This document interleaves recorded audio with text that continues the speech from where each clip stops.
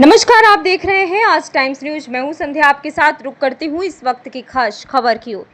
तिलोई के रजनपुर के छोटे से गांव में जन्मे समाज सेवी रोहित सिंह ने शिक्षा के प्रति कर दिया ऐतिहासिक और सराहनीय कार्य। गांव के ही प्राथमिक विद्यालय में शिक्षा ग्रहण की और रोहित सिंह ने इस विद्यालय को लिया था गोद। आज यह विद्यालय मॉडल और हाईटेक बन गया। रोहित सिंह के ऐतिहासिक कार्य और अच्छी पहल की लोग खूब सराहना कर रहे हैं। देखते हैं पूरी रिपोर्ट आज टाइम्स न्यूज टीवी पर लाइव। विद्यालय को हैंड ओवर किया है। आखिरकार आप जो है नई सोच आई कहाँ से आपके अंदर?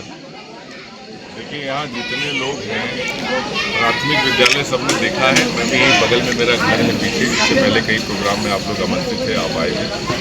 सर्वप्रथम तो आप लोग आए, विद्यालय के प्रोग्राम में आए, चूँकि ये सामाजिक प्रोग्राम है, इसके लिए बहुत बहुत धन्यवाद।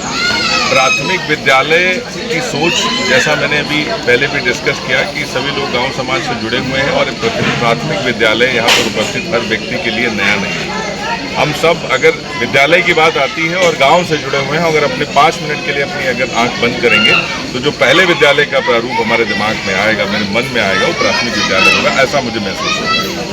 मैं भी इस विद्यालय में आया हूँ, जब मैं पिछले कई सालों से आता जाता रहता था। मन में एक विचार था कि इसके लिए कुछ बेहतर करें। रेगुलर किसी न किसी तरह से इससे जुड़ने का प्रयास मेरा रहता था। यहाँ हमारे बहुत सारे यहाँ के जो अध्यापक हैं अच्छे हैं, रेगुलर हमारे संपर्क में हैं।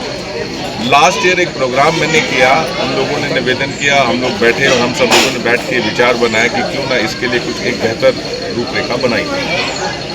चीज़ें सोचने का कोई आधार चाहिए। सोचते सोचते ये रूप इस तरह से बनता चला गया कि इसको मॉडल विद्यालय के रूप में डेवलप किया जाए। चूँकि व्यवसाय की वजह से मैं लखनऊ रहता हूँ, देश विदेश बहुत सारी जगहों पे जाता आता रहता हूँ, बहुत सारे अच्छे इंग्लिश मीडियम विद्यालय मैंने देखा है। तो सोचने और समझने के लिए कि क्या करना चाहिए, इसके लिए बहुत सारे संसाधन पहले से ही मेरे पास थे।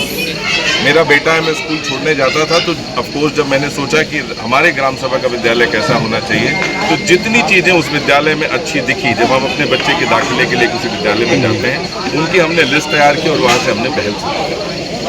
आज मैंने एक ये अपनी सोच शिक्षा से बदलाव की ओर, जिसका समापन मैंने यहाँ पर किया है कि सपने भी सच होते हैं, इसका सबसे बड़ा उदाहरण है। क्योंकि ये सपना मैंने देखा था, मैंने प्रयास किया और बहुत सारे ऐसे लोगों से मैंने डिस्कस किया। तो आज मैं समझता हूँ यहाँ उपस्थित आप और बहुत सारे शिक्षक समाज, जो संगठन समाज के जो लोग आए हैं, उन्होंने इस विद्यालय, इस मॉडल विद्यालय को देख के जो सपने सच होने की बात है कि प्राथमिक विद्यालय भी क्षेत्र के इंग्लिश मीडियम विद्यालय की तरह हो सकता है। मेरा उद्देश्य ये था कि मैं इस तरह की कोई व्यवस्था बनाऊं जिसको देख के जो विश्वास है लोगों में आए।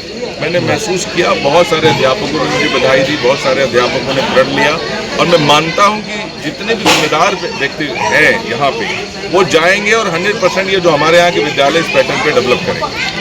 एक अच्छी सोच के साथ हमने स्टार्ट किया और आप लोगों का बहुत बहुत धन्यवाद। आज रुका हुआ रुक के मुझे रोहित जी, आज जो संसाधन आपने उपलब्ध कराया है, तो ये अध्यापक ही इसका संचालन करेंगे? इसके लिए किसी अन्य अध्यापक की भी आवश्यकता पड़ेगी?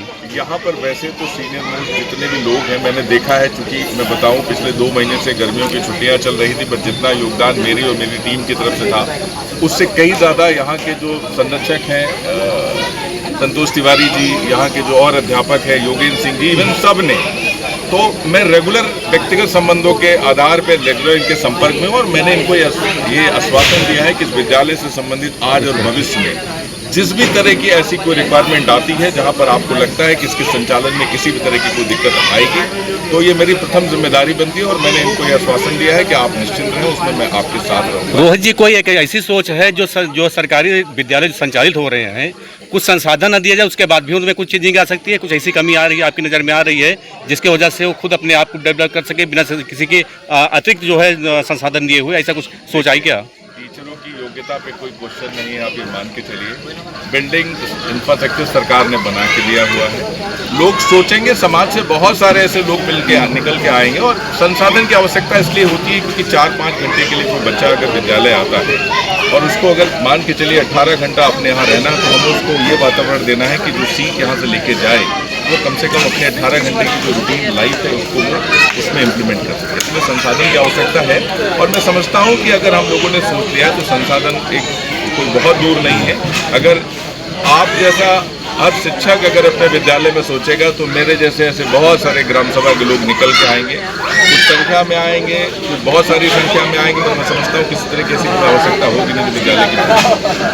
गुरु जी, इसके बाद भी अगला भी कोई विद्यालय है जिसमें आप इस तरह का सुधार करना चाहेंगे? 144 विद्यालयों की सूची मुझे मिली थी तिलोई के लिए। मैंने ये लक्ष्य बनाया कि मैं जब कभी भी यहाँ आऊँगा अपने काम से फ्री होकर, तो हर विजिट में 1-2 विद्यालय जाऊँगा, देखूँगा, सहयोग करूँगा, निवेदन करूँगा लोगों से।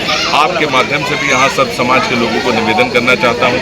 एक बहुत अच्छी पहल है, अगर इस पहल की भागीदारी यहाँ पर जितने भी प्रबुद्ध लोग हैं आसपास के गांव समाज के अगर लेंगे तो मैं समझता हूँ कि अच्छे समाज का निर्माण होगा। मैंने ये पहल की है, मैं कोशिश करूँगा संख्या को 0 करने के लिए।